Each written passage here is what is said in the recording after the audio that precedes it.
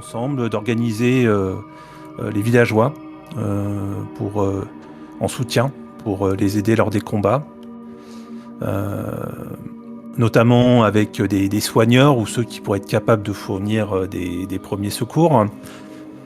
Et vous avez envisagé de vous rapprocher justement de l'herboriste Anna, qui pourrait vous concocter des potions essentielles pour la guérison et pour aussi également supporter le froid lors des sorties hors de Kresk. Et Erindor, toi tu as proposé ensuite d'espionner les alentours de l'abbaye pour détecter tout mouvement suspect avant une éventuelle attaque. Et de ton côté, Vendur, toi tu es parti avec, en compagnie de Danovic et puis du bourgmestre pour aider à former quelques villageois au combat. Donc le commandement du régiment improvisé et discuté entre vous et tu as clairement remonté et alerté qu'il est crucial que ces villageois soient bien préparés face aux loups-garous. Donc les villageois se doivent d'apprendre en fait à utiliser leurs armes efficacement tout en évitant le corps à corps avec ces loups-garous. Et tu as senti quand même une certaine peur au tout début et ensuite tu as réussi à créer une sorte de cohésion qui a émergé parmi eux pendant l'entraînement. Et ainsi, ils ont pu commencer à maîtriser leurs armes. Ensuite, le bourgmestre, du coup, voyant les résultats assez favorables, t'a proposé de commandement de plusieurs gardes postés sur rempart afin de défendre efficacement la ville contre toute intrusion. Et puis tu as donné aussi quelques stratégies de défense d'Art en postant quelques gardes à l'intérieur aussi de Kresk, parce que l'ennemi pourrait venir de l'intérieur. Et puis aussi de poster aussi quelques villageoises en haut des toits de chaque maison, chaque demeure, pour contrôler, repérer l'intrusion éventuelle de loups-garous. Et ensuite, qu'est-ce qui s'est passé ensuite? Eh bien, vous, Tana et Vendur et puis Fivara, vous êtes partis en direction de l'abbaye, où vous avez décidé de vous approcher discrètement afin d'évaluer toute activité suspecte liée aux préparatifs militaires adverses. Donc Erindor, toi de ton côté, tu es parti le long de la paroi vers le nord. Tu as noté l'absence de bâtiments dans cette zone et tu as envisagé donc d'escalader ce mur. Et en grimpant, tu as découvert juste derrière un jardin potager assez bien entretenu, aucun sentinelle, et il devait y avoir un être, un mutant, qui semblait converser avec un épouvantail. C'est du moins ce que tu t'es dit au tout début, puis ensuite tu t'es rendu compte qu'il parlait à lui-même. Il ramassait tout simplement des pommes de terre. Il ne semblait pas inquiété et il ne semblait pas non plus se préparer à la guerre, ce qui t'a rassuré. Et pendant ce temps, Fivara et puis Tana, vous avez été à votre demande devant les gardes de Kresk. Vous avez été escortés pour rencontrer l'abbé, où vous avez traversé une cour intérieure remplie de coqs, d'autres mutants. Et vous avez également aperçu un cimetière et aussi ce golem marchant lourdement au niveau supérieur.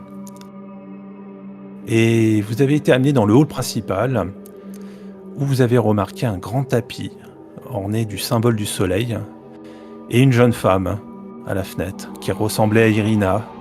Elle avait l'air bouleversée et tentait maladroitement de communiquer avec vous. L'abbé explique qu'il travaille en effet sur un prototype pour Strahd, cherchant à créer une fiancée pour lui par des moyens nécromantiques et à ressusciter son amour défunt. Vous avez même relevé, en tout cas, ses intentions qui pourraient être considérées comme altruistes, à savoir libérer la Barovie des ténèbres en rendant Strahd heureux grâce à cette création. Et Fivara a informé l'abbé que Kresk serait attaqué par des loups-garous bientôt, prochainement, dans 24 heures. Et l'abbé a exprimé son scepticisme quant aux habitants demandant son aide après que ces mutants bâtards ont profané les tombes des villageois de Kresk. Donc l'abbé a proposé cependant son aide pour apporter des soins justement aux villageois de Kresk en échange de corps humains tombés au combat, mais bien sûr non contaminés par la lycanthropie. Et Fievara, c'est là qu'elle a rebondi dessus en lui faisant part que s'orienter plutôt vers des recherches nécromantiques, ce qu'il n'a pas désavoué, ce qu'il n'a pas nié. Et puis vous avez discuté des implications morales, bien sûr, liées au corps récupéré. Vous vous êtes interrogé sur les véritables intentions de l'abbé concernant ses créations nécromantiques et leur impact sur la Barovie. Et puis la discussion a tourné autour du lien entre Tatiana et Strahd, et que peut-être que Tatiana pourrait être utilisée comme moyen pour libérer la Barovie. Et ensuite, à nouveau, que sacrifier Tatiana serait justifiable au nom du bien, ou si cela pourrait aggraver la situation actuelle face à Strahd. Voilà, c'est des questions également que vous êtes soulevées entre vous. Vous avez échangé aussi avec l'abbé sur l'histoire du magicien Kazan et du Temple Ambre. Donc Kazan, pour l'abbé, était un ancien jeune druide qui est très puissant, qui était le premier dépositaire du Temple d'Ambre, chargé notamment de protéger la vallée de Barovie contre les ténèbres. Et puis il devient en effet un puissant magicien et forma d'autres druides pour rejoindre cet ordre secret dédié à la protection du temple. Kazan, comme vous le savez, a visité le Temple d'Ambre au moment de la Grande Guerre, il y a 400 ans, pour essayer de trouver un moyen de détruire Strahd. Mais sa tentative échoua, comme vous l'avez confirmé, en tout cas le buste, lorsque Kazan s'est rendu au château de Ravenloft. Personne ne sait où il se trouve, s'il est encore en vie, prisonnier quelque part dans les cachots de Ravenloft, ou s'il a été détruit complètement. Alors, l'abbé vous a fait part aussi qu'il avait échangé avec Sergueï au lac, comme tu l'avais fait, Yvendur, au sujet d'un journal qu'aurait rédigé Strahd durant sa jeunesse, et qu'il a commencé à rédiger depuis sa jeunesse, et qui pourrait peut-être contenir des informations cruciales. Et d'après l'abbé, il serait possible que ce livre soit caché dans les compartiments secrets au sein de la bibliothèque du Temple d'Ambre. La possibilité que Kazan ait trouvé ou non ce livre, en tout cas, reste certaine. Certains croient que même si Strahd... en tout cas, l'abbé vous a fait part aussi que certains auraient pu avoir la possibilité de tuer Strahd, mais que visiblement, d'après certaines légendes, Strahd se serait transformé en brume et aurait rejoint Ravenloft pour renaître, confirmant son immortalité. Il y a un objet aussi important qui a été révélé à Fievara, qui se trouve dans le château de Ravenloft, et qui intéresse d'ailleurs son ordre, à savoir une statue qui représente l'icône de Ravenloft, qui pourrait offrir, d'après l'abbé, une protection contre le mal, ainsi qu'apporter une renaissance. Et d'après en tout cas l'abbé, l'icône serait arrivée justement, aurait été offerte à Strahd par un ancien membre du clergé dont fait partie Fievara, nommé Cyril Romulich. Du côté d'Erindor, toi tu as vu à l'extérieur que plusieurs corbeaux s'étaient rassemblés autour de l'abbaye, en train de te scruter, en train de rôder dans ce potager, et tu en as reconnu un parmi eux. Muriel Vinchaud, en effet membre des Gardiens de la Plume. Vous êtes ressorti de cette zone qui était assez... qui vous qui vous empêchait de pouvoir échanger d'une manière assez confortable. Donc vous êtes ressorti de l'abbaye. Et un peu en retrait dans les bois, vous avez échangé notamment sur l'état actuel du magicien et également au niveau des druides de la colline d'Antan qui préparent une arme gigantesque, assez redoutable en osier, en haut, postée en haut de la colline d'Antan. Et cette arme, comme vous avez pu avoir certains témoignages de druides maudits, elle servirait à anéantir Strahd, mais également aussi les humains qui ont accumulé une haine contre les druides dès leur arrivée. Donc, d'après en tout cas Muriel, il est crucial d'agir assez rapidement pour récupérer la gemme avant que Strahd ne s'en empare, car elle pourrait en tout cas représenter pour lui une menace directe.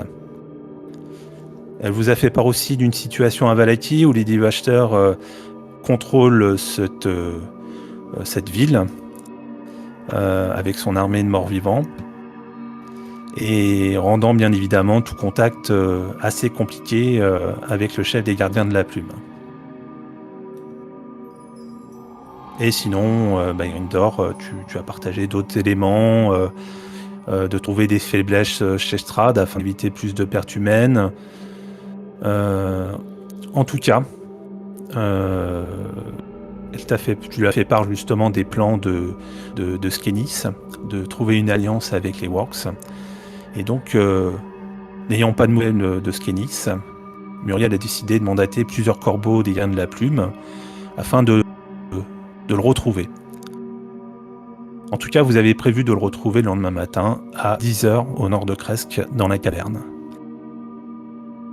Et quant à Evendur, toi, tu avais décidé, une fois que tu avais formé ces nouveaux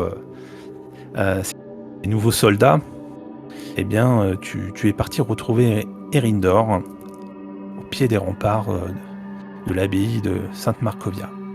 Et quant à Tana et puis Fievara, vous avez accepté de poursuivre l'entretien avec l'abbé dans le grand hall et vous lui avez fait part d'une silhouette assez mystérieuse aperçue et il vous a informé qu'elle se nomme Esmeralda.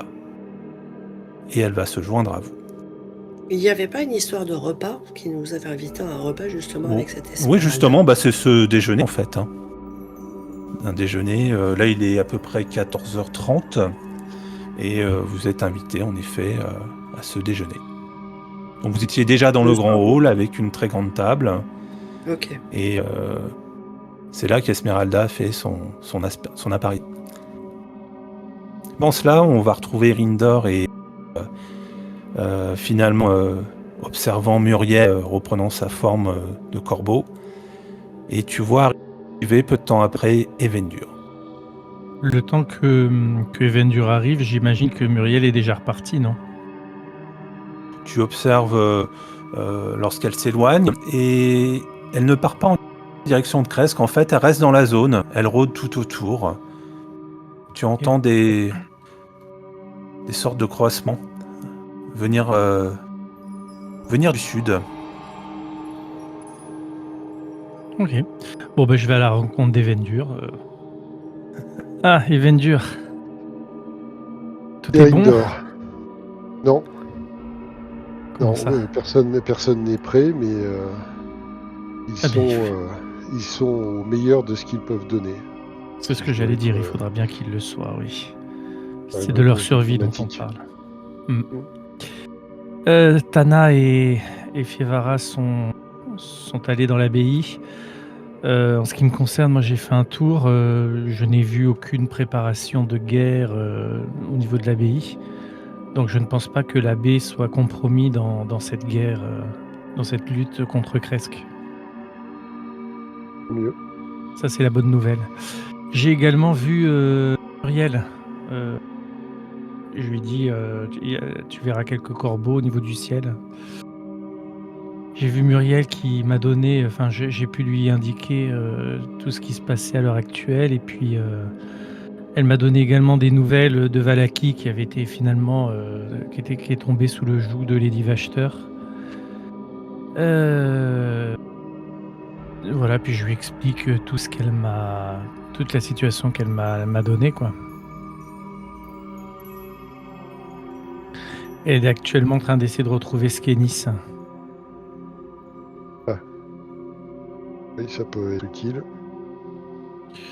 Et j'attends toujours Fievara et Tana. Est-ce Qui qu'elle sont... sera en mesure de...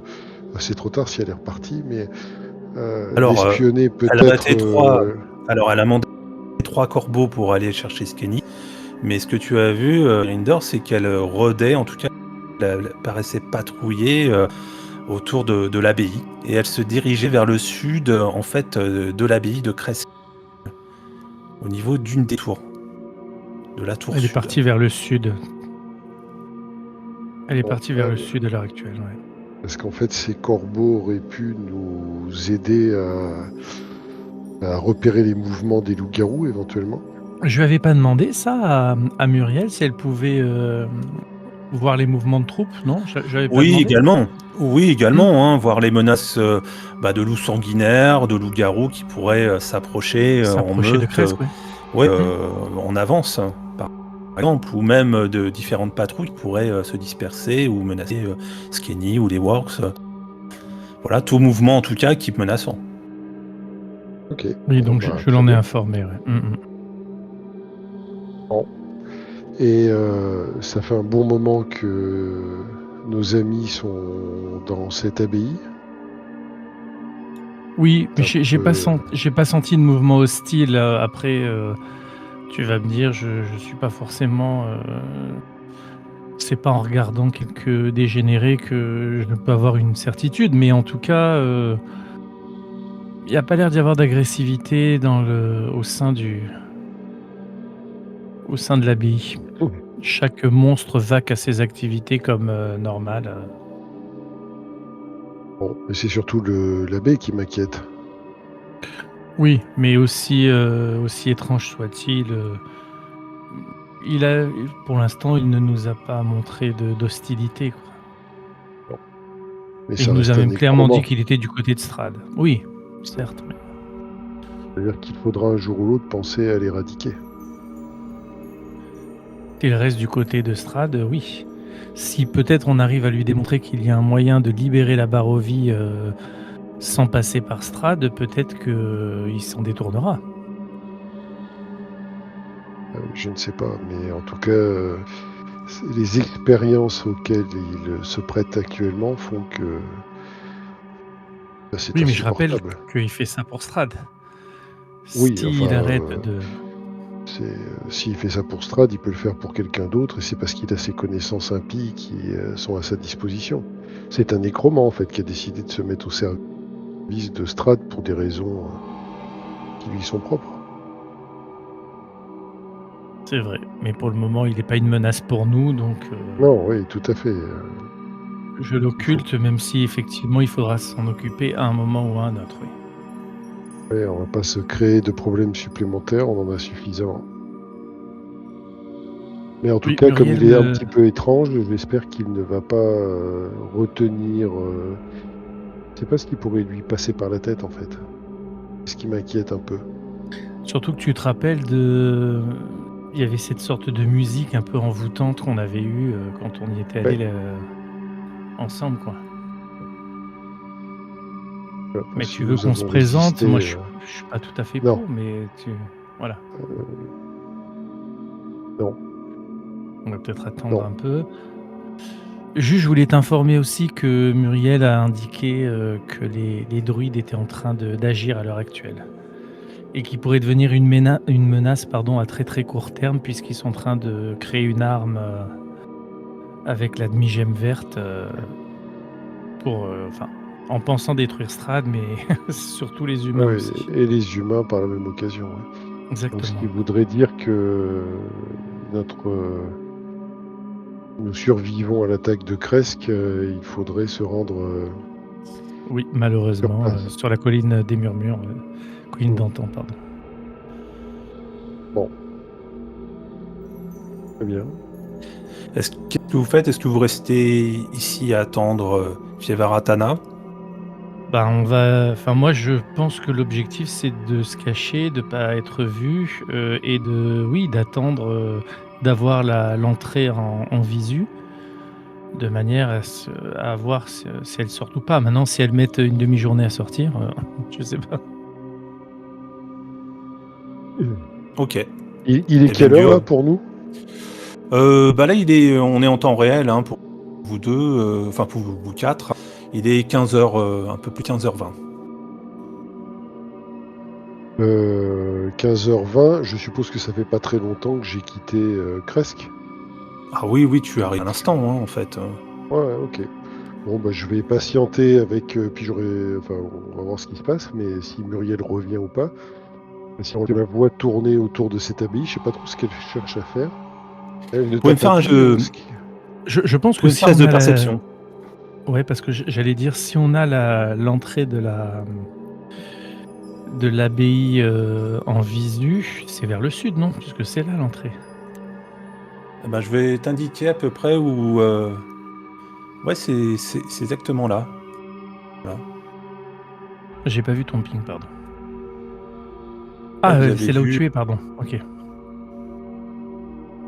OK. Oui, donc tu l'as vu vraiment atterrir. On pourrait dire en haut de la partie sud de l'abbaye, pour sud. D'ailleurs, ça me fait Elle s'est, penser, elle elle ne s'est m'a pas dit postée. ce qu'elle faisait ici. Je crois pas qu'elle Tout ce m'ait que tu dit sais. ce qu'elle Non, faisait. tout ce qu'elle t'a dit, c'est qu'elle était venue prendre surtout voir où vous en étiez. Si il y avait quelques menaces qui auraient pu rôder autour de vous, voilà. Et vous faire état des lieux du magicien. Mais après, Enfin, j'aime beaucoup Muriel, mais je pense pas qu'elle soit là uniquement pour nous, parce que ça fait un moment ouais, qu'elle voilà. avait plus, Voilà, c'est quand même trouver une aiguille dans une botte de foin. je pense qu'elle a une mission quand même, en plus de celle de nous protéger, parce que je crois pas que les derniers événements qui se sont produits pour nous, j'ai pas cru voir des corbeaux dans le ciel, non? Donc bon, après peut-être qu'elle est très discrète, mais Mais en tout cas, tu as aperçu Corbeau de Muriel, hein, posté à une sorte de lucarne en haut de la tourelle de l'abbaye. OK, bon, bah, je fais signe, tiens, Evendur, regarde le corbeau là-bas sur la lucarne, je pense que c'est elle. Est-ce qu'elle peut bien faire Elle t'a dit pourquoi elle voulait espionner l'abbé? Non, c'est très étrange effectivement, et j'avoue ne pas avoir, pensé à lui demander, quel était l'objet de sa venue. Je sais que l'ordre de la Plume est dans un état, il est plus ou moins décapité puisque l'aubergiste de Vallaki doit être entre les mains des divacheteurs, j'imagine? Mais par contre, j'en sais pas plus sur les activités de l'ordre de la Plume, vis-à-vis de l'abbé, pourquoi sont-ils là? C'est rejoindre Esmeralda et puis l'abbé. Moi, j'observe, hein, comme j'ai une vision à 18 mètres, je vais tenter d'observer quand même. Tu la vois qu'elle rentre dans par la lucarne. Une lucarne qui serait assez grande pour que... Enfin, je veux dire, juste pour un Ouais. corbeau, ou est-ce que Oui, quelqu'un juste. comme moi pourrait passer? Alors je veux te montrer hein, comment ça se représente. Hein. Ici, là-bas, au loin, vous avez donc l'entrée de l'abbaye. De l'autre côté, alors c'est voilà, tu as pu accéder en fait là, sur la partie nord, finalement c'est la droite, hein, là où tu as pu accéder au potager. Et puis là, bien sûr, vous avez la cour. Et puis vous avez le golem hein, qui rôde tout autour entre ces deux tours. Ah, le Et golem, la c'est tour plutôt les sud, remparts, c'est ça? Le golem, il fait les oui, remparts? c'est ça, exactement. Hmm. Et en fait, Muriel, Elle est rentrée dans Ah oui. cette tourelle par cette lucarne, Ok. par cette petite fenêtre. Vous savez pas trop, quoi. Vous êtes assez loin, en tout cas, de là où vous êtes placé, mais en tout cas, vous savez qu'elle est rentrée à l'intérieur. Et d'après la connaissance des lieux qu'on peut avoir avec Evendur, est-ce que c'est là où se trouvait la grande salle où nous avait reçu l'abbé Alors, au l'abbé rez-de-chaussée. Au rez-de-chaussée, justement. Ok. J'imagine que c'est impossible pour moi, sans être vu, d'accéder à cette lucarne, même à celle-ci. Bah, le golem, vu une seule menace autour, et puis tu avais repéré les épouvantails au-dessus. Sinon, c'est Ah, à moi l'intérieur. j'étais là, mais j'étais pas de ce côté-ci, j'étais plutôt par Oui, là. t'étais de l'autre côté, hein. T'es de côté, hein. En fait, c'était sur la partie, le potager était vraiment sur la droite, hein, mais là, on le voit Ouais. pas. Oui, je vois, je repère. Et ce qu'il faut imaginer, c'est que de l'autre côté de la courtine, là où c'est un ravin, hein, c'est 120 mètres. Hein. Ouais, j'ai bien imaginé. Ouais. Donc, il n'y a qu'un seul accès. Hein. Enfin, voilà. Ouais, donc ce serait suicide. Avec un danger, voilà, avec un danger, voilà, un risque mesurable. Alors que là, c'est vraiment conscient, quoi, de passer par là. Ah oui, non, mais je serais même, jamais j'aurais songé passer par là de toute façon. Mais même accéder à ce toit-là, ça voudrait dire que je dois passer à l'entrée. Il y a quand même des monstres là, des trucs difformes là, partout dans la cour, non? Ah, complètement. Là, si on passe du côté de la cour, c'est ce que tu vas voir là. Oui, voilà. Espionner, ouais. J'imagine que si nos compagnons étaient en danger, qu'elle nous aurait avertis, quoi. Ce qui est dingue, c'est Non, qu'elle mais je t'ait vais. pas dit pourquoi. Oui, je ne lui ai pas demandé aussi, hein, faut dire. C'est Elle n'a pas eu à Non, mentir, mais elle aurait pu. Tu lui as pas dit que nos, nos amis étaient avec l'abbé?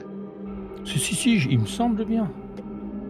Bon, bah, elle est peut-être allée s'assurer spontanément que tout se passe bien, quoi. Mais c'est vrai que c'est curieux qu'elle t'ait pas dit je vais aller jeter un œil ou voilà quoi. Ouais. Bah, surtout qu'elle avait une petite armée, enfin une armée entre guillemets, elle avait 3 corbeaux avec elle et elle en a ramené 3 à la recherche de Skenis, quoi.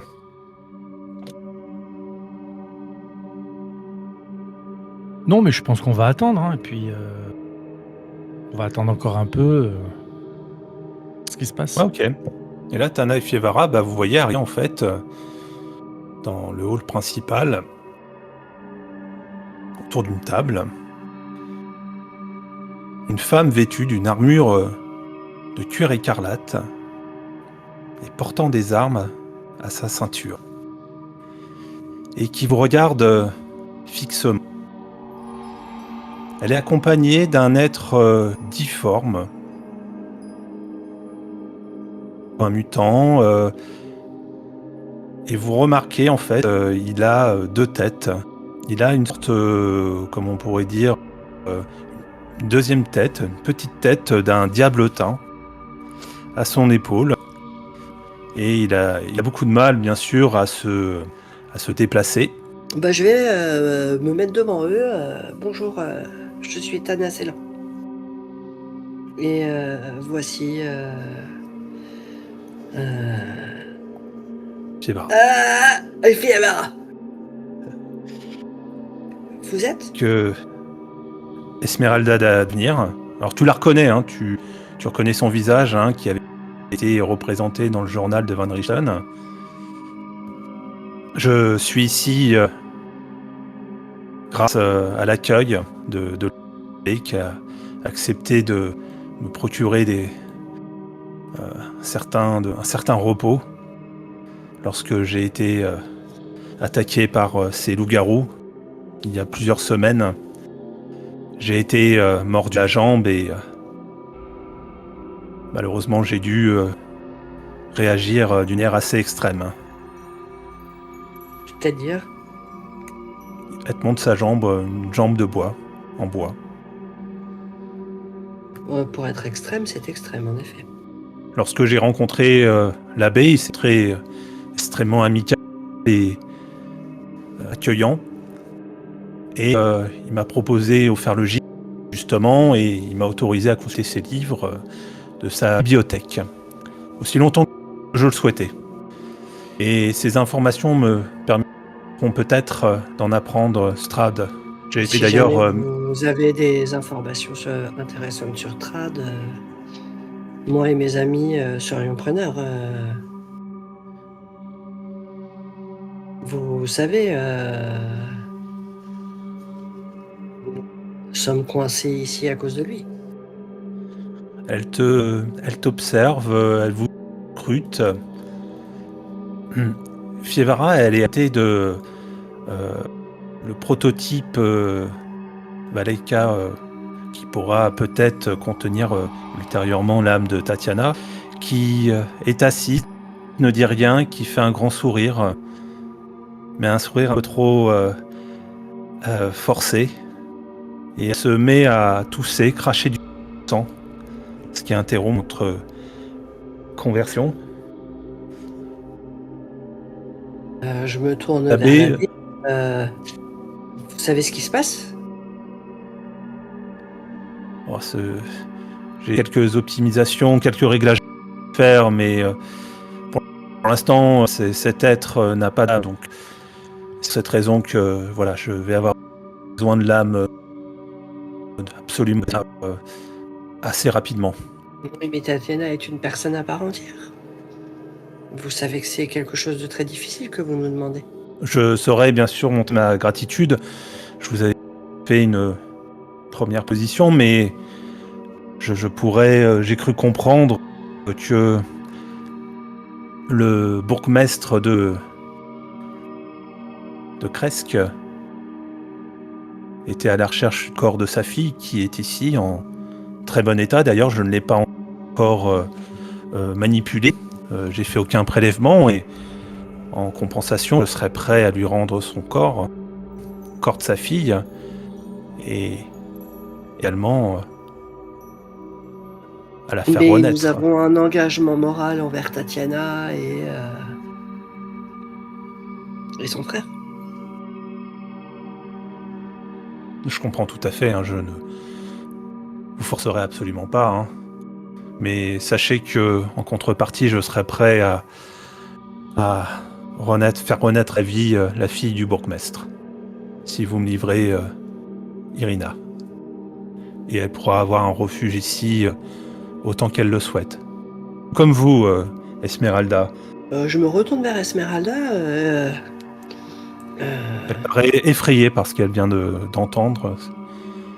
C'est comme si elle réalisait peut-être une autre facette de l'abbé. Vous cherchez des informations sur Strahd pour essayer de faire en sorte que son influence en Barovie diminue. Oui, oui, ce n'est pas un secret, je suis un chasseur de vampires. Et j'ai trouvé quelques volumes intéressants de son histoire et celle de la Barovie. Je me suis frisé notamment sur des ouvrages sur Markovia qui ont été décrits par le frère Valens, ainsi que sur les seigneurs de Barovie et la légende de Lugdana, la fille adoptive Rinvost, qui avait pu justement avoir un soutien d'une des sœurs de cet endroit, sœur Constance. Vous êtes aussi des chasseurs de vampires? Chasseur de vampires, c'est un grand terme, mais nous voulons trouver un moyen de pouvoir repartir de Barovie. Et la seule possibilité est de voir avec Strahd, mais je pense qu'aucune discussion n'est possible avec lui. L'abbé vous fait part qu'en effet vous êtes prisonnier de la Barovie, que la brume vous empêchera de repartir, de quitter cette région, et que la brume fait partie de Strahd. Si vous décidez, si vous arrivez à détruire Strahd, ce qui est impossible, sachant qu'il est mortel, eh bien la brume en tout cas restera toujours ici. Même les choses Je, immortelles ont leurs points faibles pour au moins les amoindrir ou les éliminer. je me suis rendu au Temple d'Ambre justement pour savoir plus au niveau de ces failles, justement de retrouver ce livre de Strahd, mais sans succès. Et cependant, j'ai appris qu'il existait le cœur du chagrin qui permet justement de faire votre Strahd, un cœur qui lui a été offert par les trois dames. Et c'était la dame de l'eau qui lui a apporté. En combinant ces différentes gemmes, elles avaient réussi à former le cœur du chagrin. C'est pour cette raison que j'ai décidé de réanimer son cœur en lui offrant Tata à nouveau. Vous entendez à nouveau Valeika, la fausse copie de Tatiana, en train de recracher du sang, tousser, et refaire un sourire avec des dents complètement rougeâtres. Je vais me retourner vers Esmeralda. Est-ce que vous pensez que vous pourriez nous aider contre les loups-garous ce soir? J'ai entendu qu'en effet, il y aurait eu une attaque de loup-garou. Ce que j'ai appris, c'est que Strahd est leur allié. Strahd dirige une bonne partie des loups-garous, en effet. Correct. En retour, Vous auriez notre aide pour une aide mutuelle pour essayer de se débarrasser de Strahd? je vais y réfléchir. L'abbé m'a fait part en tout cas que l'attaque est prévue demain soir. J'aimerais en tout cas un peu plus vous connaître, gagner, permettre d'avoir votre confiance, d'avoir une confiance réciproque entre nous. Et comment voulez-vous faire ça? Que s'est-il passé Qu'est-ce qui vous a amené ici finalement? Pourquoi êtes-vous devenu retrouver l'abbé? Ici précisément pour savoir s'il était au courant de l'attaque des loups-garous et savoir s'il allait intervenir ou pas. Voilà. Ça vous semble bizarre? Connaissez-vous, avez-vous aperçu un certain chasseur de vampires, Rodolphe von Richten? Nous l'avons déjà croisé en effet. Nous avons vu son livre. Vous l'avez retrouvé et où est-ce que vous l'avez rencontré? Je me souviens plus. Alors c'était à Vallaki. C'était à Vallaki, vous aviez vu Rictavio et ensuite à la tour Ah du oui, c'était magicien dans le jeu. Kazan. La tour du magicien Kazan, vous en avez déduit que vous avez fait le rapprochement lorsque vous avez lu le journal de Rudolf von Richten, chasseur de vampires. Et puis vous l'aviez retrouvé aussi Rictavio au lac Barkov, au nord de Vallaki. Je lui explique tout ça. Vous connaissez un dénommé Rictavio Rictavio non, mais Rodolphe von Richten, d'après où vous m'apprenez, ce serait donc Rictavio sous une autre forme. Il ressemblait à... Une entité plutôt. Il ressemblait à presque cette fausse entité. Alors tu lui décris. Il aimait faire de la musique, aimait dompter de drôles d'animaux. Il avait peut-être son animal de compagnie. Il a avec lui un tigre justement, comme tien, et un singe c'est le également. animal en question. Donc nous parlons bien de la même personne. Et est-ce qu'il avait des difficultés à se placer, étant donné vu son âge assez élevé? Non, pas spécialement. Mais la rencontre a été assez brève quand même. Est-ce que nous parlons de la même personne? Von Richten, en tout cas, est une personne assez âgée. Moi, ce n'est pas l'impression que j'avais de Rictavio. Mais il avait en sa possession justement le journal en question. Et il me paraissait avoir une connaissance quand même très importante. Après, a-t-il juste récupéré le livre ou a-t-il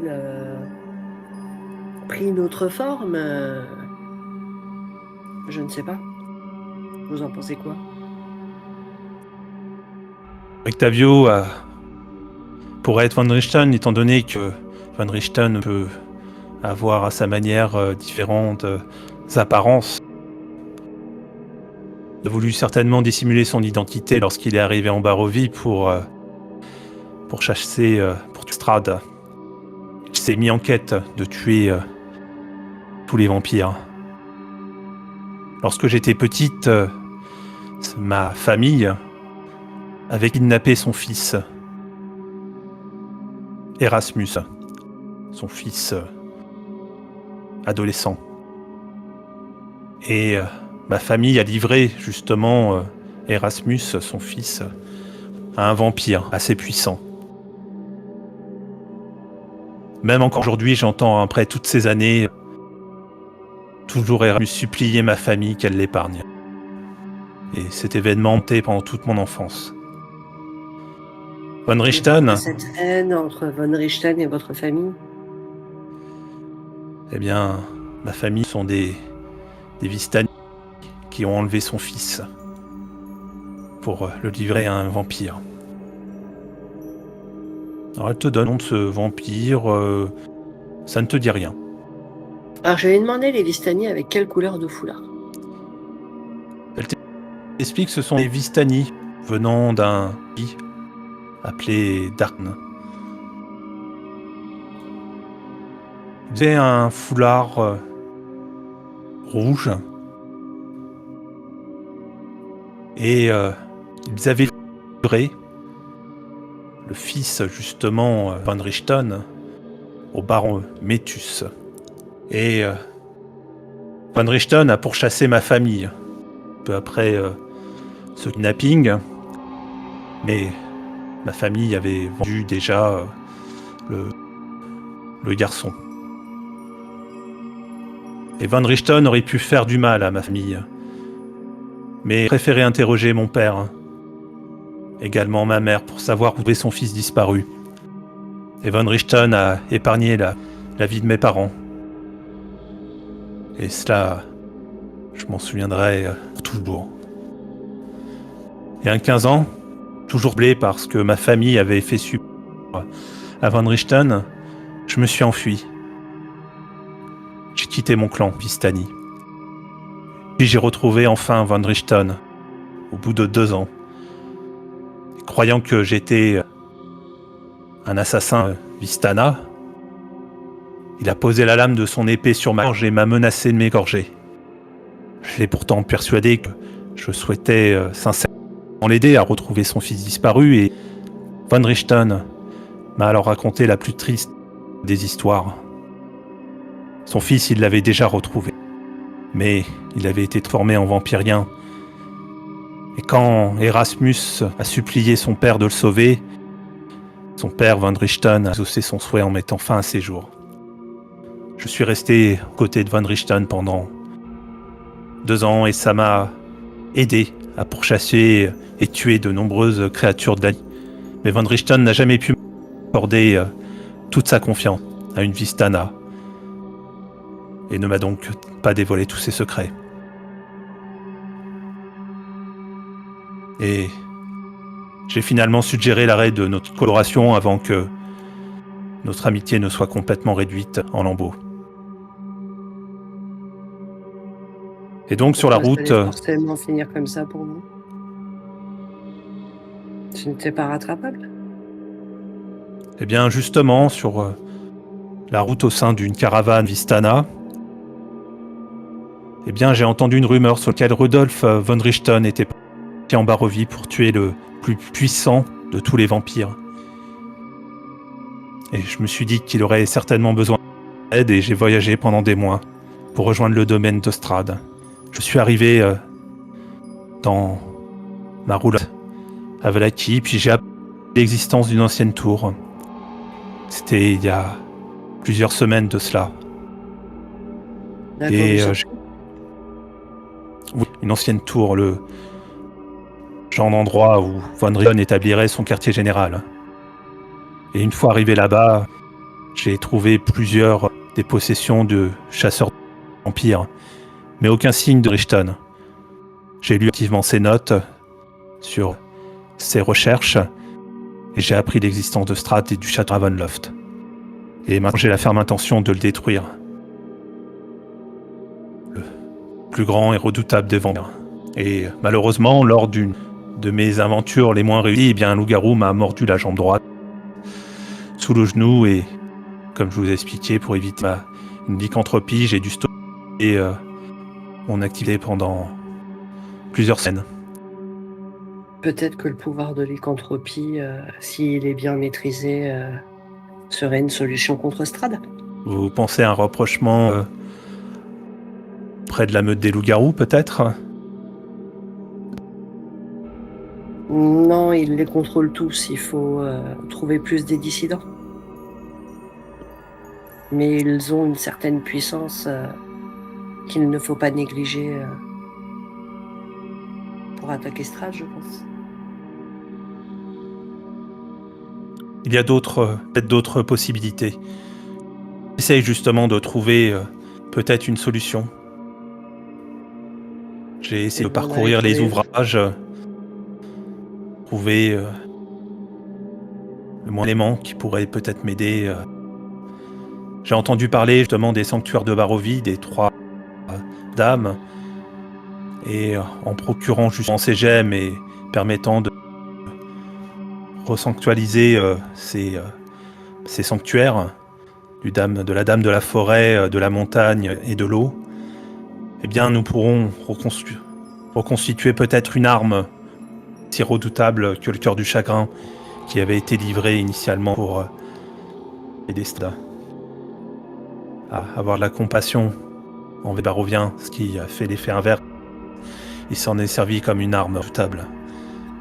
Il faut récupérer absolument ces gemmes. Je suis prête à prêter main forte pour demain soir. Et j'attends en retour que vous puissiez m'accompagner à l'anéantissement de Strahd. Je lui tends la main, nous sommes d'accord. À plusieurs, nous serons beaucoup plus puissants que seuls. Bien évidemment, l'abbé, en tout cas, vous dit que si vous le souhaitez, vous pouvez vous rendre à la bibliothèque personnelle que je vous mets à mon entière disposition. Ce sera peut-être utile, mais pour l'instant, nous devons préparer la soirée pour avoir le plus de chances possible et faire en sorte que les pertes ne soient pas trop importantes. Eh bien, en tout cas, vous voyez cette créature difforme à 2 têtes. Elle vient, alors elle boite. Elle arrive de la cave et puis elle vous pose une bouteille de vin de Stomp, vignoble de magicien, vous invitant, vous servant chacune. Fievra, bien évidemment, tu la vois, elle se concentre pour déceler le moindre empoisonnement, le moindre maléfice. Également dans cette corbeille de fruits qui a mis à disposition. L'abbé ne mange rien, ne boit. Valeka ne comprend pas, essaye d'utiliser une fourchette, mais elle relâche cette fourchette seule. Moi, Valeka, il me gêne un petit peu quand même, donc je vais comme essayer qu'elle me tourne le dos, en fait, que je lui tourne le dos, en étant, voilà, j'ai pas envie trop de la voir sous les yeux. Esmeralda dit à l'abbé, vous ne trouvez-vous pas abject de garder cette pauvre humaine avec vous dans cet état? Elle reste humaine, Ils peuvent mais vous dire tout. que ce n'est pas une humaine, qu'elle n'a pas d'âme. Beaucoup de l'abbé fait part que vous avez la grande majorité des Baroviens que vous avez pu rencontrer n'ont pas d'âme, justement. Comme cet être n'empêche pas que elle est humaine, tout comme vous, tout comme Matar. Et tu continues à employer ce terme très très péjoratif, pas vraiment digne finalement d'un être tout-puissant qui dégage une aura de bonté. Veuillez m'excuser, l'abbé, mais je suis complètement écœuré parce que je suis en train de voir. L'abbé reste hermétique face à ces paroles. Esmeralda change tout de suite de sujet. Lorsque vous êtes rendu à la tour de Kazan, vous n'avez pas rencontré de difficultés? Nous sommes fait attaquer par des loups-garous. Pourquoi? C'est un endroit très sécurisé. Moi-même, j'ai pu sécuriser ma route et d'après vos dires, j'ai l'impression que vous n'avez pas réussi à me subtiliser quoi que ce soit dans ma roulotte, ce qui est rassurant. En tout cas, Non, ce que mais j'ai cru nous avons comprendre, vous réussi avez à réussi. rentrer dans la tour. Eh bien, je tiens à vous féliciter puisque, en effet, il y a une aura de protection, un griffe placé par Kazan justement qui permet d'empêcher une infiltration de n'importe quel rôdeur ou de loup-garou. En tout cas, faites très attention lorsque vous rentrez. Nous avons vu ça, mais la tour était un peu éventrée sur le côté. Ils ont essayé de rentrer par cette partie-là, justement. Oui, une expérience qui a mal tourné par Kazan. Il avait avec lui une sphère qui dégageait de la foudre et forcément, il y a eu quelques dommages collatéraux. Alors, Evendur, vous, 1h30 vient de se passer, il est 17h. Et vous voyez en tout Il va cas, tomber vers quelle heure? la nuit, elle commence à tomber la nuit. Hein. Ah oui, là ça commence à être un peu long là. Ouais. Ouais, ça commence à être un peu trop long. Donc après, je sais pas si tu veux attendre, mais il faudrait pas qu'ils attaquent et qu'on soit pas présent. J'avais pas vu qu'il y avait autant de temps qui était passé. Sinon, j'aurais proposé de sortir pour justement aller plus dans le village. Pievara, elle, de son côté, interroge Esmeralda, l'abbé. Je suis assez fasciné par cet endroit qui, de ce que j'ai cru comprendre, servait de refuge, a toujours servi de refuge. Oui, Sainte Markovia, justement, fait partie de ces sites les plus importants de Barovie. C'était une sainte qui apparaissait comme une lueur d'espoir sur les terres sombres de Barovie. Est-ce que peut-être pourriez m'en dire plus sur Sainte Maria? Oui, ma bibliothèque est assez bien fournie là-dessus, mais lorsqu'est arrivé, Livia Markovia a été découvert avant la Grande Guerre en 323, errant seul dans l'ancienne forêt. On sait peu de choses de son enfance, mais la légende veut qu'un chasseur de loups ait croisé le chemin de la jeune Livia, perdue au milieu des arbres, et lui et sa femme, sans enfants et bienveillants, l'ont recueillie et l'ont élevée comme s'il s'agissait de leur propre fille. Et puis une tragédie survint lorsque la femme du chasseur décéda. Conscient que Livia Markovia avait besoin d'un encadrement et d'éducation adéquat, eh bien le chasseur mena à l'abbaye C'était en 330. Elle y embrassa une vie de dévotion, devenant sœur de l'abbaye et se consacrant au bien-être de semblables. Sa mort, sœur Constance, ne tarda pas à reconnaître le nom extraordinaire d'Olivia. Et les personnes dont elle s'occupait se rétablissaient rapidement, et parfois miraculeusement. Et auprès des chevaliers furent accueillis et soignés dans l'abbaye tout au long de la Grande Guerre, bien Olivia gagna le titre de sœur bienheureuse. Puis ensuite, la Grande Guerre prit fin quelques années après, 347, mais les ténèbres bâtirent de nouveau sur la Barovie. Et le nouveau seigneur des dieux, Strad von Zarovich, promulgua un édit d'interdiction à l'encontre de l'abbaye.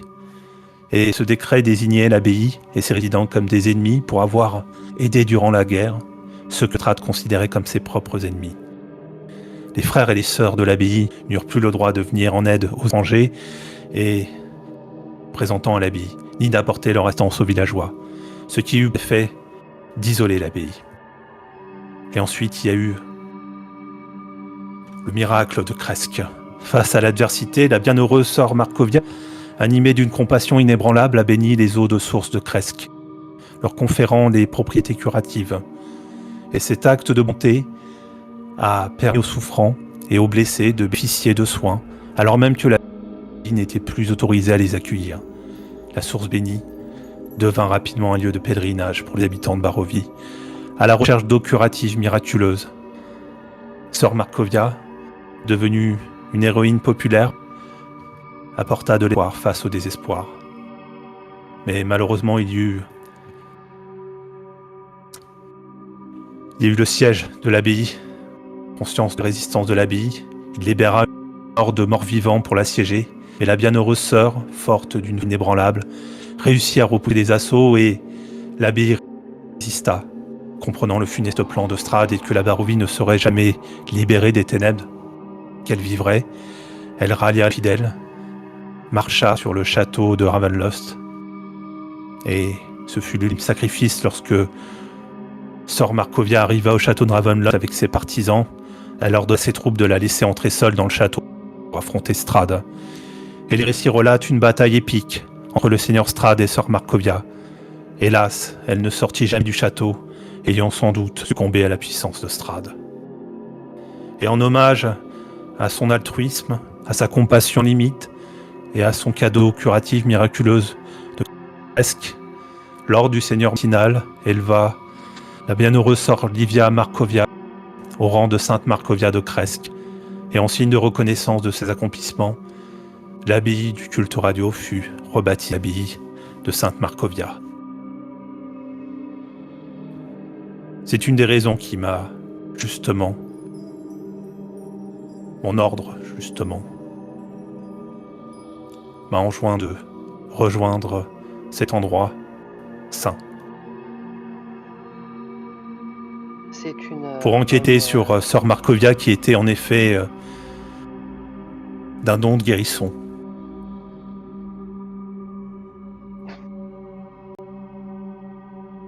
Et c'est ainsi que j'ai décidé, il y a plus de 100 ans de cela, de restaurer l'abbaye en son honneur. Et de la faire habiter par cette population. Comme vous pouvez le constater, vous voyez encore cette créature à deux têtes. Vous entendez des croissements au-dessus, juste en dessous, au-dessus du plafond.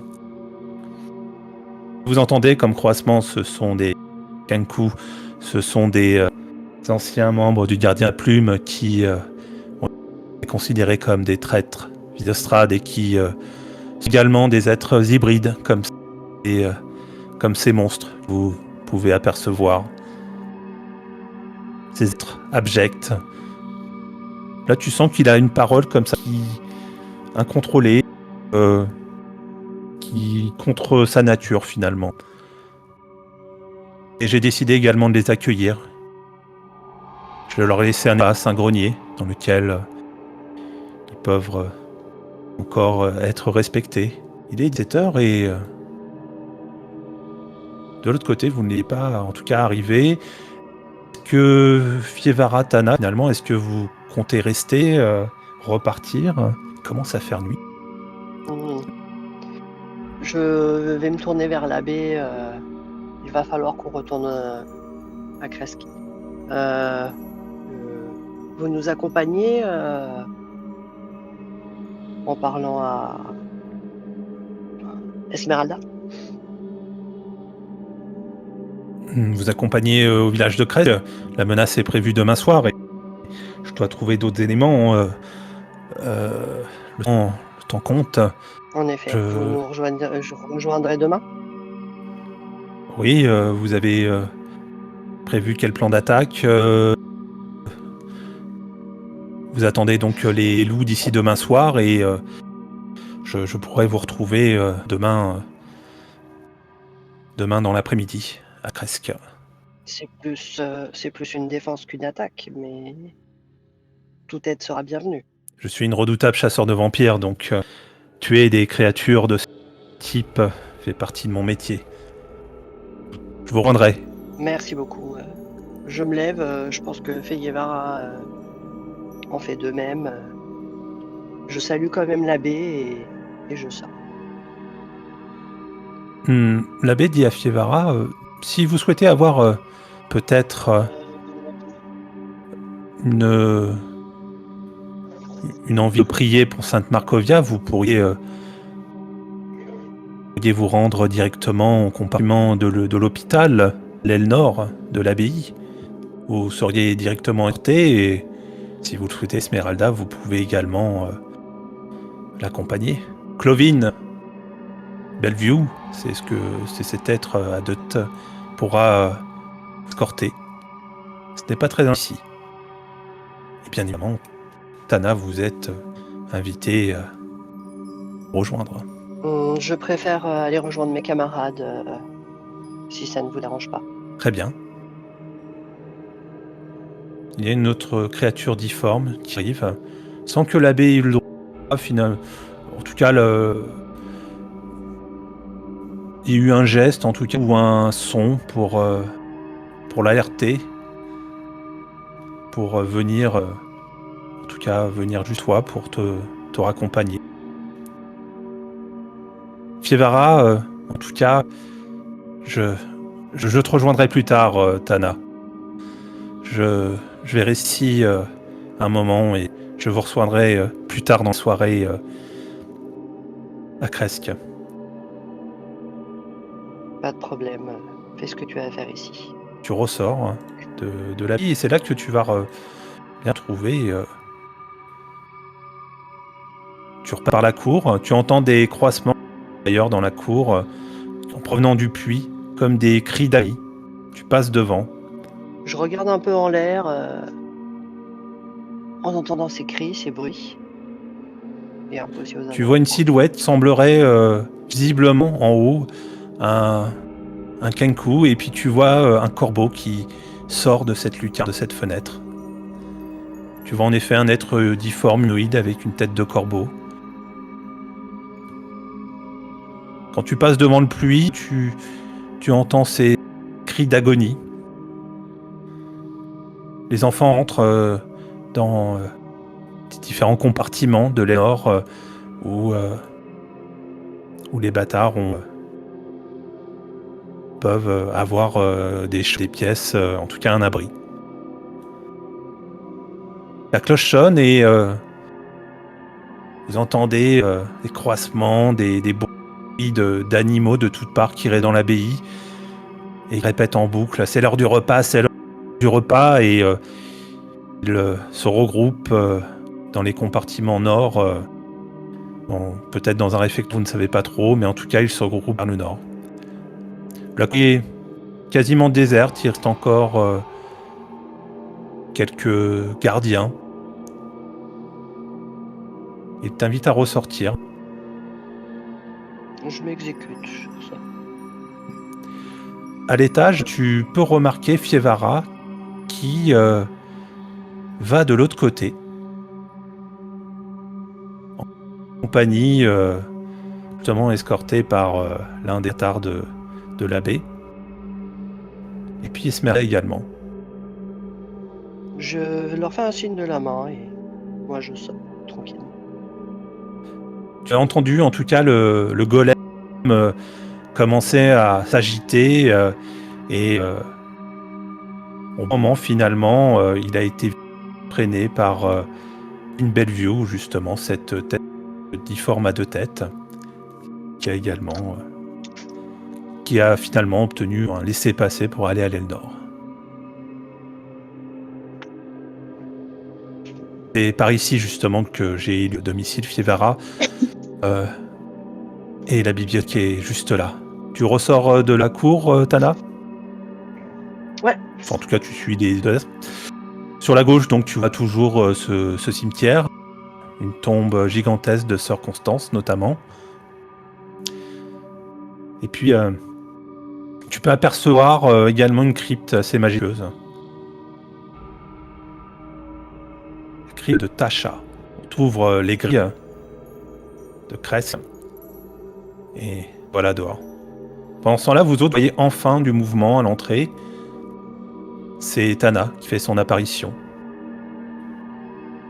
Et les portes derrière, les grilles, se referment. On la rejoindra quand on sera plus en vue. Enfin, en tout cas, moi, je la rejoindrai quand je ne serai plus en vue de qui que ce soit de l'abbaye, quoi. Mhm. Et je m'étonne en voyant de loin du fait qu'elle soit seule, quoi. Fievara est partie prier, elle nous rejoindra plus tard. Qu'est-ce que vous faisiez Vous avez mis beaucoup de temps. On commençait à s'inquiéter. Je sais, nous avons pas mal discuté avec l'abbé et nous avons rencontré aussi Esmeralda. Tu te souviens dans Esmeralda le journal de Rectavio? Oui, bien sûr. Elle était là. Elle avait écrit un mot également dans la tour. Oui. Elle était là, justement, elle s'est fait attaquer par des loups-garous, elle a dû se couper la jambe. Mais pourquoi a-t-elle pris refuge chez l'abbé? Pour justement être soignée et pour avoir des informations sur Strad à la bibliothèque. Et l'abbé la laisse prendre des informations sur Strad enfin, d'un ennemi de Strad. C'est quand même assez étonnant, non?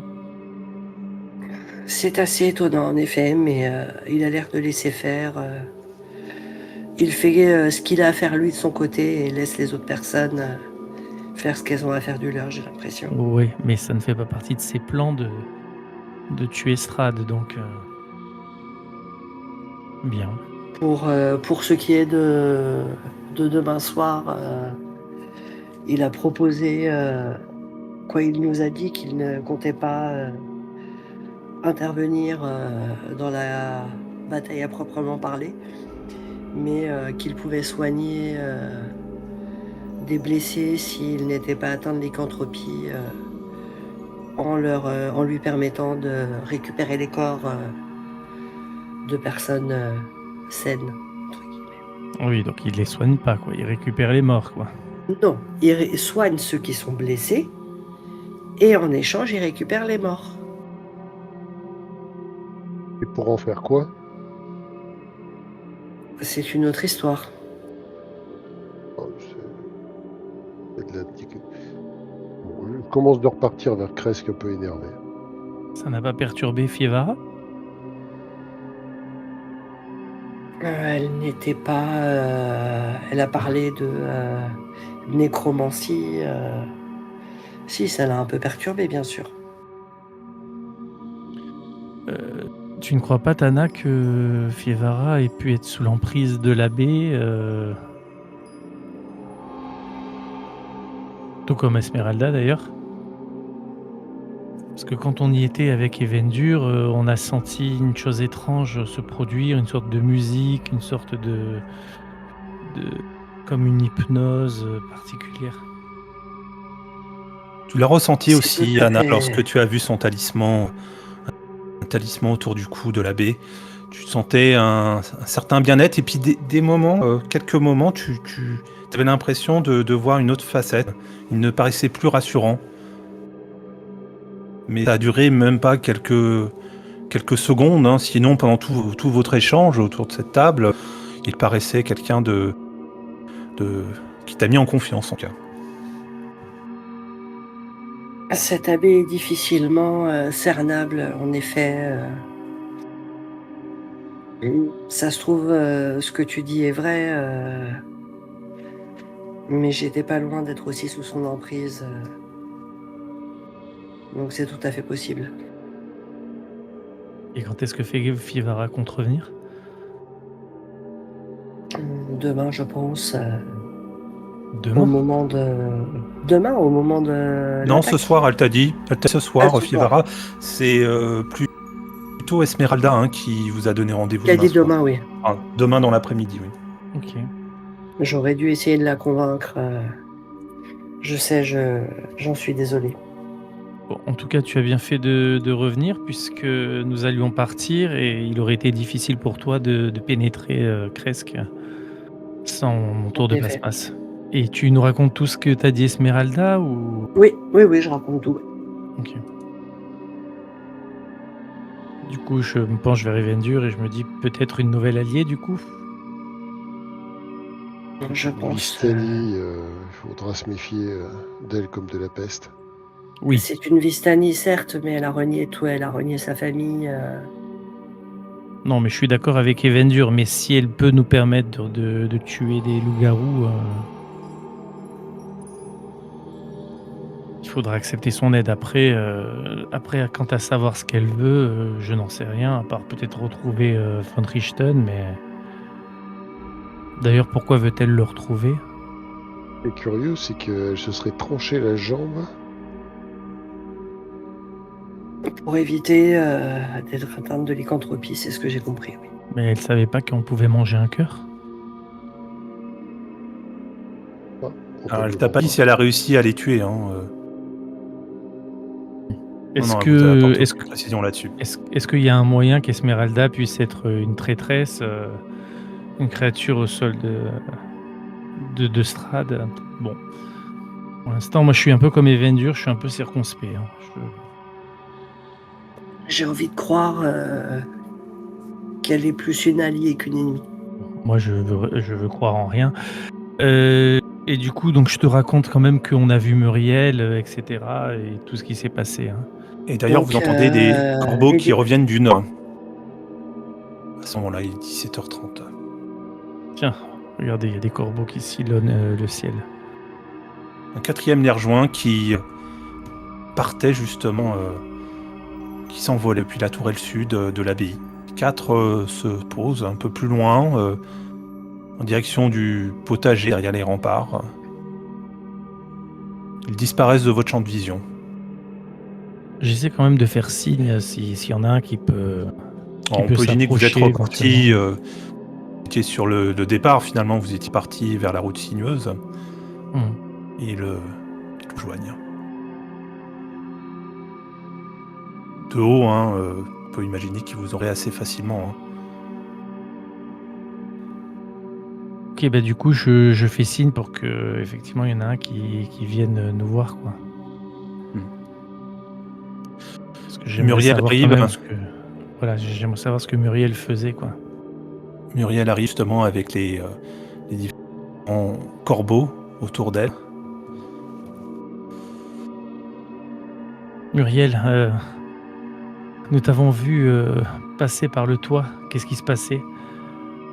Je mène aussi mon enquête au niveau de la baie. J'ai entendu dire que Strahd faisait des visites,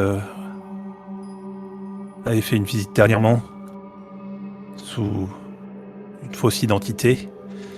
Et ce sont mes espions, des Kenku, avec qui j'arrive encore à communiquer et qui me rapportent les liens étroits entre l'abbé et Strahd. Cette La abbé baie est vraiment continue. très étrange, hein, parce que La baie d'un côté, continue il en tout laisse cas, c'est Ouais.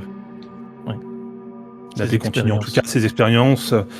Après, je pense que tout cela est d'une très bonne intention, mais à force de vouloir le bien-être de tous, il y aura forcément des sacrifiés.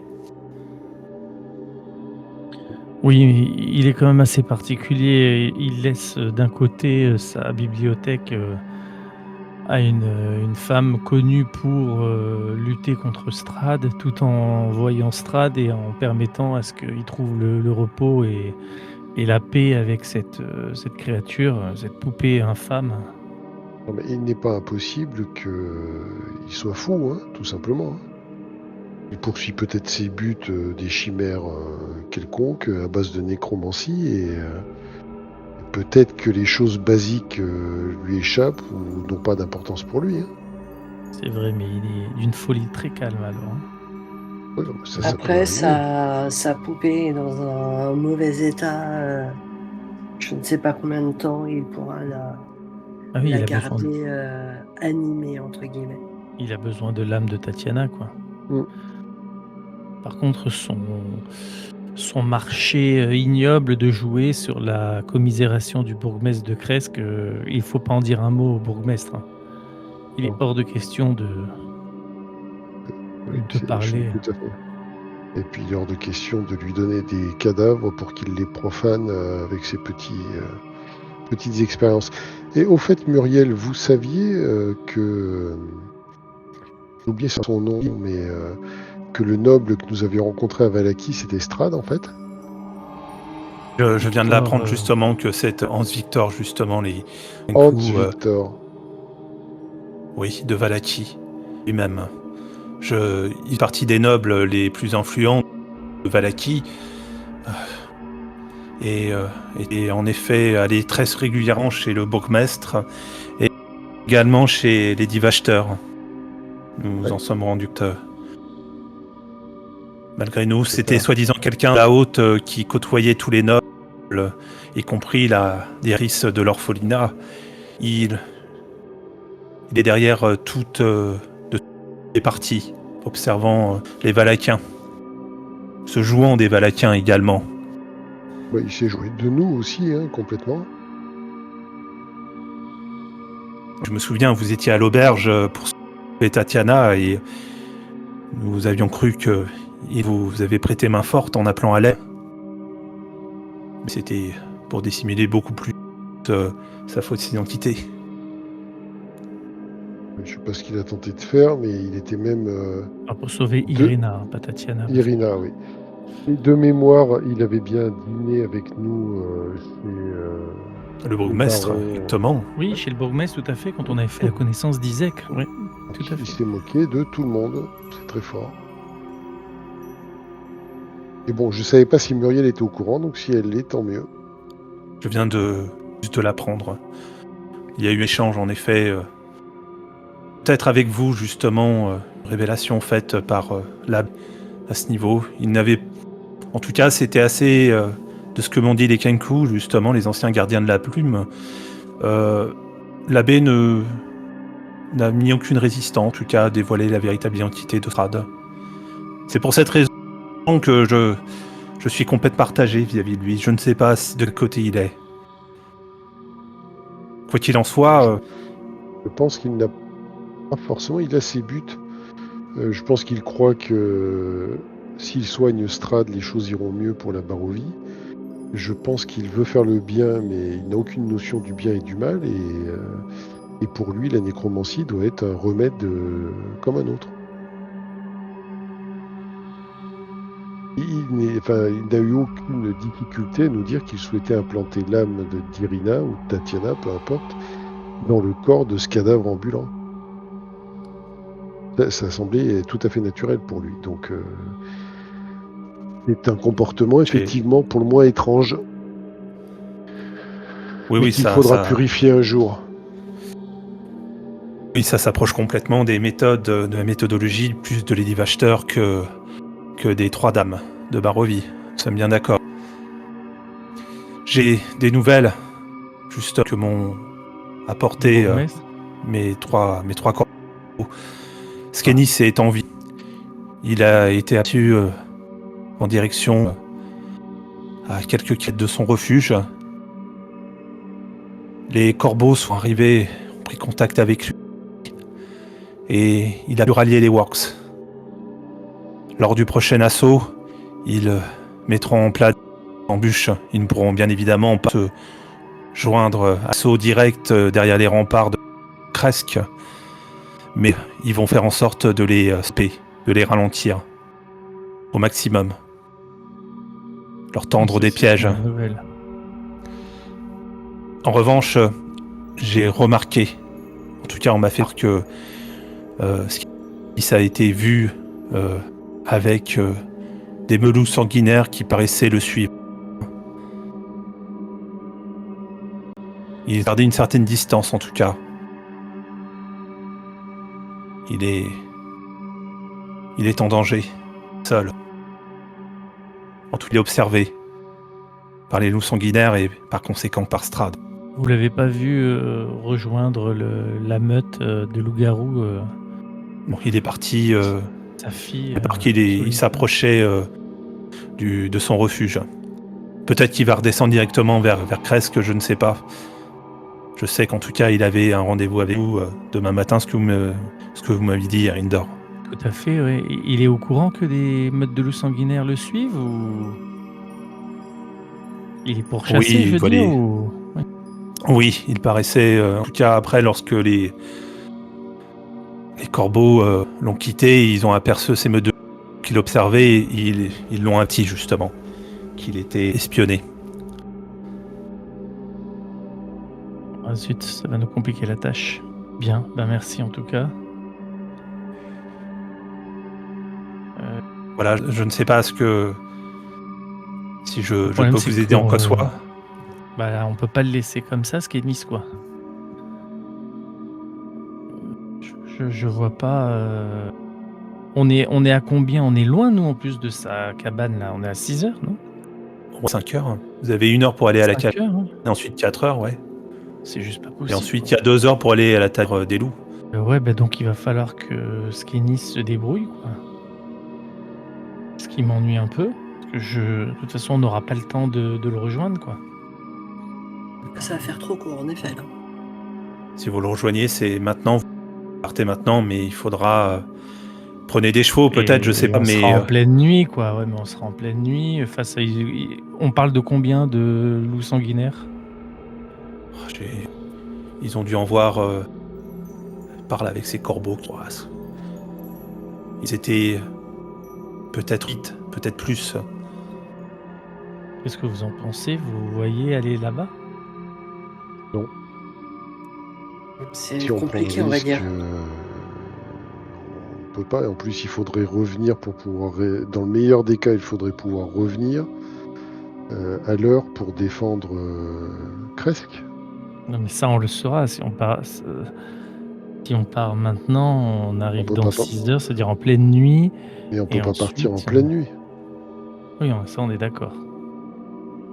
Je me suis déjà pris des pièges à loups en pleine journée, donc je pense qu'en pleine nuit, oui, j'irai pas très loin. D'accord, on est d'accord, c'est trop dangereux.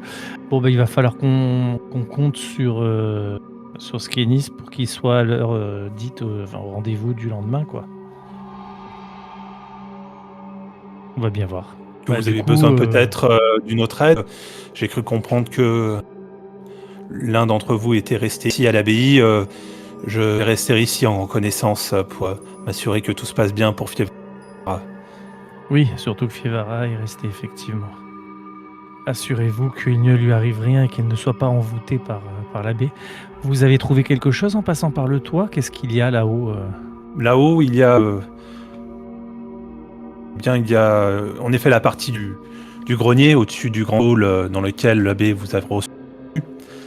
Et puis il y a également à l'étage supérieur, de l'autre côté de la courtine, sur la partie nord,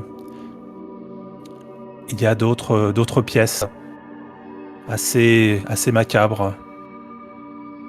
Il y a visiblement une pièce qui a été occupée par Esmeralda d'Avenir, une aventurière, une chasseur de vampires.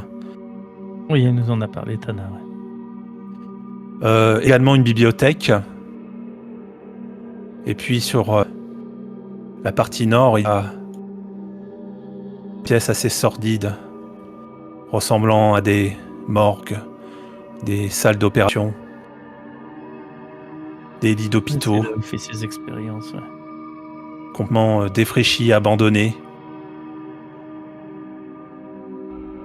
J'ai cru voir une lueur assez impressionnante, provenant justement de cette salle d'hôpital. et j'ai aperçu les silhouettes de Fievara et d'Esmeralda. Et Elle ne Muriel, vous paraissait savez... pas... Non. Elle paraissait subjuguée de ce qu'elle avait vu. Subjugué? Fievara subjugué par de voir des morts... Si elle est sous l'influence de l'abbé, c'est tout à fait possible. Oui, mais non, mais justement, c'est pour ça que je pèse je pèse la chose pour Bon, bah, savoir dans quel état elle est, oui. il est totalement anormal qu'elle ait accepté les paroles de l'abbé. Ne serait-ce que le marché qui a été proposé de lui fournir des corps contre des soins, et on ne sait même pas de quels soins il parle d'ailleurs, c'est quand même assez éloigné de ce que pense d'habitude Fievara. On est bien d'accord. Je voulais savoir justement si Fievara était sous une sorte d'emprise hypnotique ou... Et là, il semblerait que ce soit le cas. J'y réfléchis, en effet. Bon, bah attendons ce soir, hein, voyons si elle revient. Mais Si elle ne revient pas, il faudra aller la chercher. certes. J'espère que cette situation n'arrivera pas. Et Muriel, avez-vous vu un point faible chez l'abbé parce que manifestement, d'après ce que vient de nous dire Tana, il a dit qu'il y avait plus de 100 ans qu'il avait restauré l'abbaye. Donc, je ne pense pas qu'il soit humain. C'est en effet... il n'est pas humain, c'est un être d'un autre plan. Une divinité, quelque chose d'au-dessus de nous, quelqu'un de redoutable, qui, comme vous l'avez compris, il ne faudrait surtout pas contrarier. Ce qui m'intrigue en tout cas, c'est... Rares sont ceux qui ont été au Temple d'Ambre. Il y a eu Kazan, le magicien, qui en est revenu. Il y a eu l'abbé également, qui en est revenu. Et Strahd aussi. Je ne sais pas si tendre dire qu'il y aurait des savoirs incroyables, les plus grands savoirs de Barovie. Je sais aussi que c'est là-bas qu'a été entreposé toutes les forces maléfiques par Kazan pour sauvegarder l'humanité de Ravenloft et de la Barovie. Mais quelque chose s'est passé en tout cas. Lorsque Strahd est reparti de ce temple, l'a quitté, c'est coïncidence peut-être, mais c'est à partir de là que la brume a envahi la Barovie. Oui, bah, il a dû désacraliser l'endroit. Mais je ne sais pas. En revanche, je ne sais pas où se trouve ce temple. Ce qui me perturbe, c'est... Est-ce qu'on sait, je demande à Muriel, est-ce qu'on sait où se trouve le cœur du chagrin à l'heure actuelle? Est-ce qu'on est certain qu'il soit à Ravenloft? Eh bien, lorsque la Dame de l'eau avait offert les 3 gemmes, Strahd les a conservées pour en faire... les a conservées, et c'est le cœur du chagrin, donc il va être avec lui, à Ravenloft. Ok, mais donc ça veut dire que si on veut resacraliser les 3 temples, les dames, qu'il nous faudra à la fois retrouver le cœur du chagrin, puis les 3 demi-gemmes. Le cœur du chagrin est finalement une arme pour Strahd. Ça lui permet d'être beaucoup plus résistant, voire d'être immortel. Ces cœurs du chagrin ont été créés par les 3 moitiés des gemmes, de chaque gemme. En retrouvant les 3 autres moitiés, elle pourrait peut-être inverser le processus. Donc, vous en aviez localisé des jeux. Oui. Nous sommes quasiment sûrs que la gemme verte est la colline d'antan, et la gemme rouge peut-être qu'elle était restée avec Kazan lorsqu'il est reparti du temple d'Ambre. Peut-être qu'il avait fait comme convenu, comme vu, cacher la gemme rouge au sein de ce site. Quant à la gemme bleue, je ne sais absolument pas où elle pourrait se trouver. Les récits légendaires des sanctuaires de Barovie, oui, il serait possible de procéder ainsi. Ces gemmes ne perdraient pas leur pouvoir.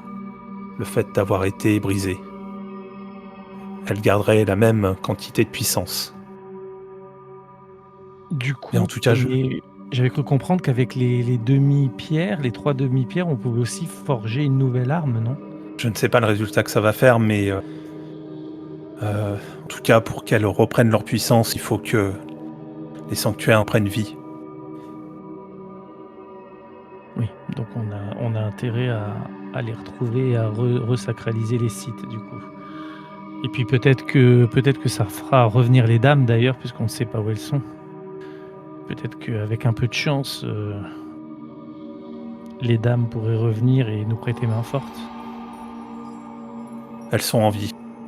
Elles sont là, cachées, quelque part. Oui. Bien. Eh bien, nous allons déjà aider les habitants de Kresk et puis ensuite, je pense que nous allons tenter de récupérer la gemme, la demi-gemme verte. Quant à la gemme rouge, si elle est bien au temple d'Ambre ou alors à Ravenloft, vous avez déjà accès à Ravenloft et au temple d'Ambre.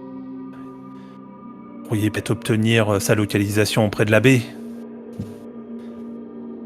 Moi, je crois qu'on n'obtiendra rien de l'abbé, sauf si on lui livre l'âme de Tatiana. Hein.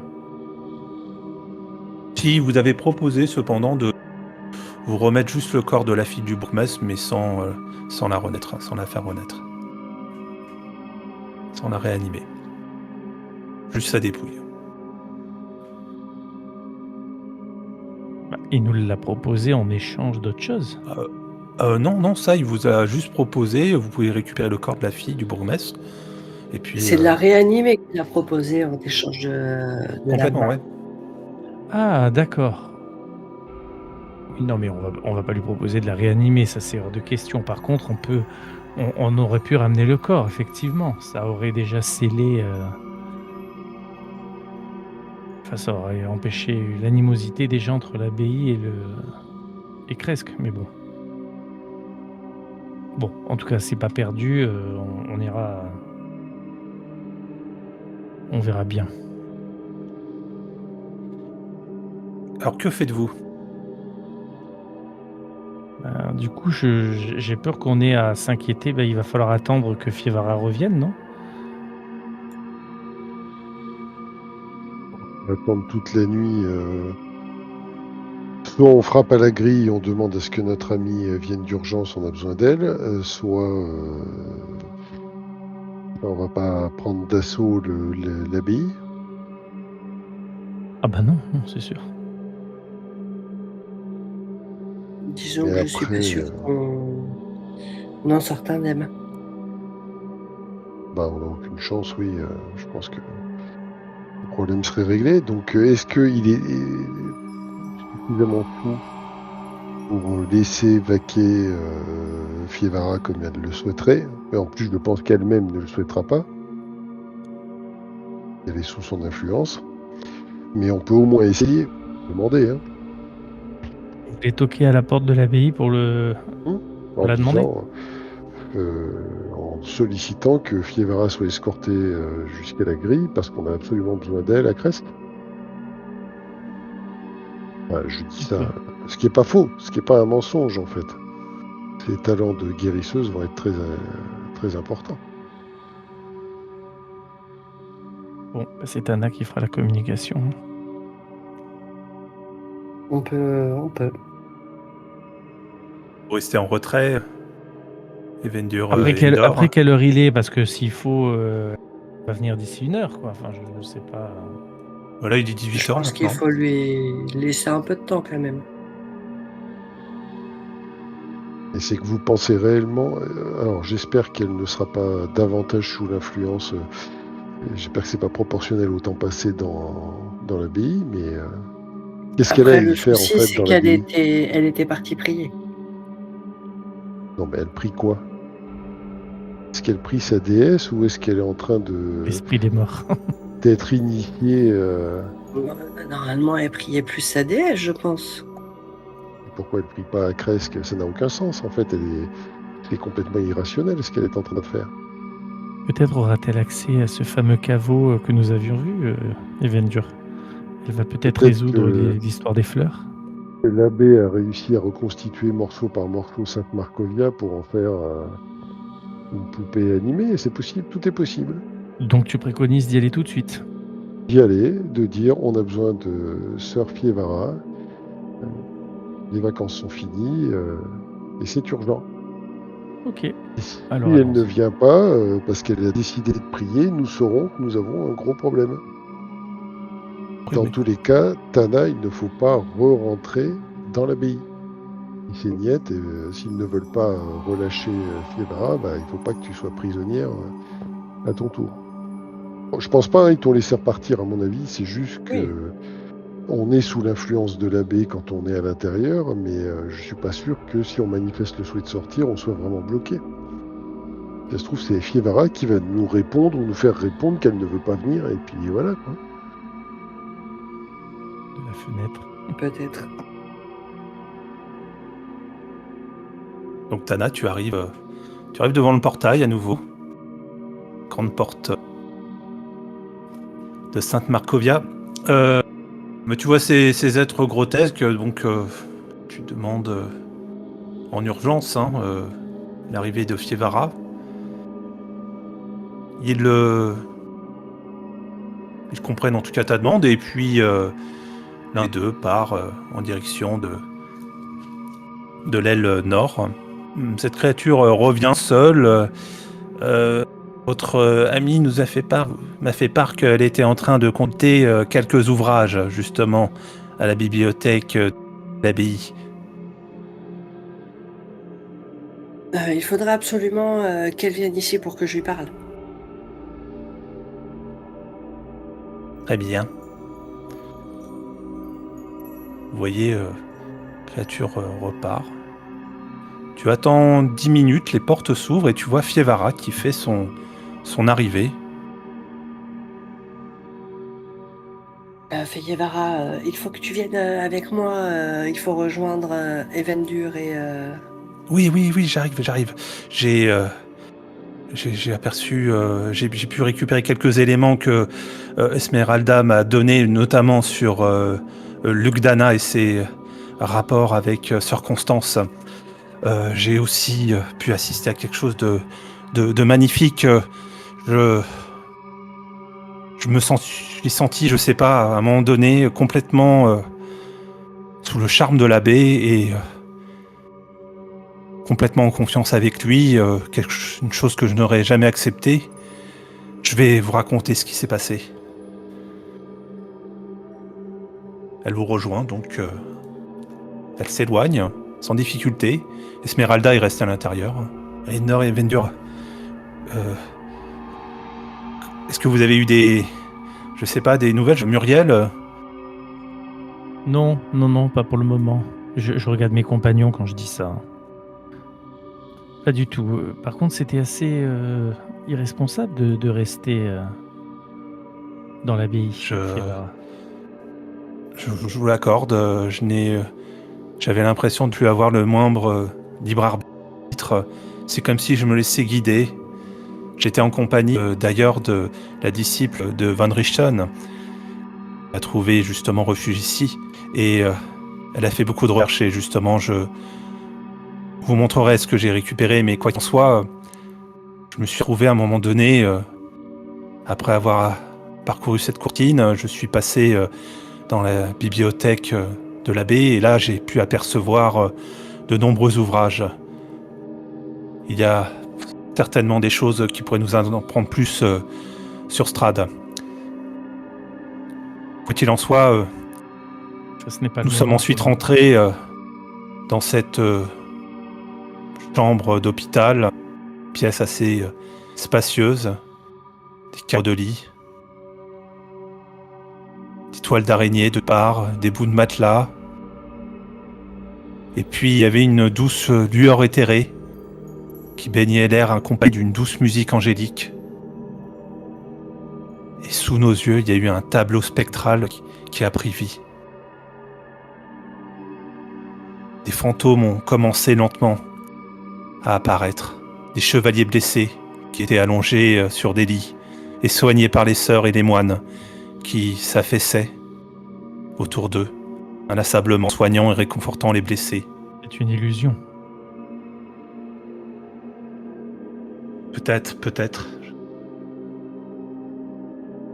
En tout cas, la scène nous semblait très réel, les hantes d'un passé fort lointain, probablement la Grande Guerre qui frappa la Barovie il y a plusieurs siècles de cela. J'ai entendu des prières, des cris d'agonie et des appels de désespoir. Et j'ai vu 2 apparitions, toutes 2 sœurs de l'abbaye, entre bras dessus, bras dessous. Elles dégageaient une aura de sérénité et leur sourire confortait les blessés.